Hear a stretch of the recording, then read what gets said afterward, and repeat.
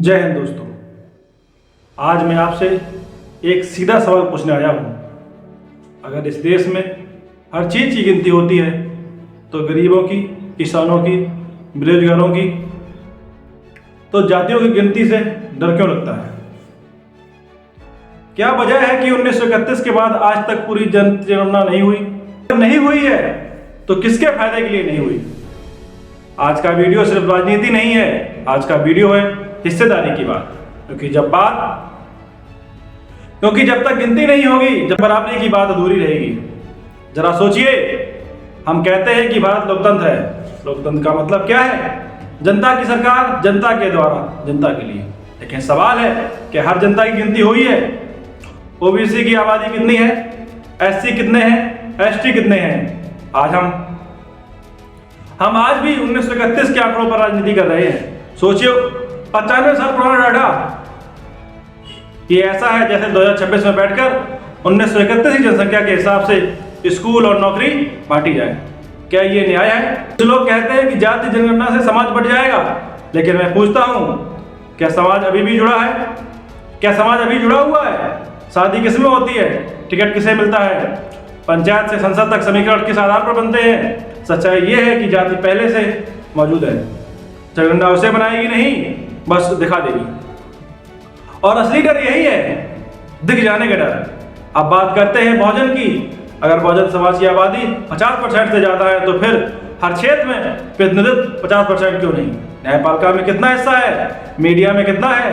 उद्योग, बड़े उद्योगों में कितना है? डेटा नहीं है तो सवाल भी कमजोर हो जाता है। याद रखिए, जिस समाज के पास आंकड़े नहीं होते उसके पास आवाज भी कमजोर होती है। अब सोचो, अगर जाति जनगणना होती और असली आंकड़े सामने आते तो इससे क्या बदलता? आरक्षण पर बहस बदलेगी, सीटों का बंटवारा बदलेगा, नीति निर्माण का दबाव बदलेगा और सबसे बड़ी बात है, वोट बैंक की जगह वोट पावर की चर्चा होगी। लेकिन एक खतरा भी है, अगर बहुजन एकजुट नहीं हुआ तो डेटा आने के बाद भी कोई फायदा नहीं होगा, क्योंकि आंकड़े ताकत देते हैं लेकिन ताकत को दिशा संगठन देता है। आज जरूरत है भावनात्मक नारों से आगे बढ़कर तथ्य आधारित राजनीति की। बहुजन युवाओं में खास बात मैं कहना चाहता हूं, सिर्फ गुस्सा काफी नहीं है, सिर्फ सोशल मीडिया पर पोस्ट काफी नहीं है। संविधान को भी पढ़िए जो बाबा साहब ने लिखा है। अपने अधिकारों को जानो और लोगों को जागरूक करो और डेटा को समझिए कि हम कितने % हैं। बाबा साहब ने कहा था, शिक्षित बनो, संगठित बनो, संघर्ष करो। पहला कदम आज भी वही है, शिक्षित बनो। बस आखिरी सवाल, क्या जाति जनगणना से सब कुछ बदल जाएगा? तो इसका जवाब है नहीं। लेकिन क्या इसके बिना बराबरी की लड़ाई हो सकती है? तो शायद नहीं, क्योंकि जब तक गिनती नहीं होगी, जब तक हिस्सेदारी की मांग अधूरी रहेगी। दोस्तों, यह मुद्दा सिर्फ राजनीति का नहीं है, यह मुद्दा है प्रतिनिधित्व का, यह मुद्दा है अवसर का, यह मुद्दा है सम्मान का।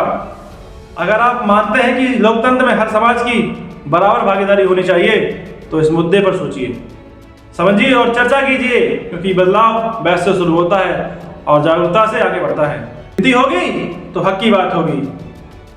धन्यवाद मेरे साथियों, बहुजन साथियों को क्रांतिकारी जय भीम। और इस वीडियो को ज़्यादा से ज़्यादा लोगों को शेयर करें।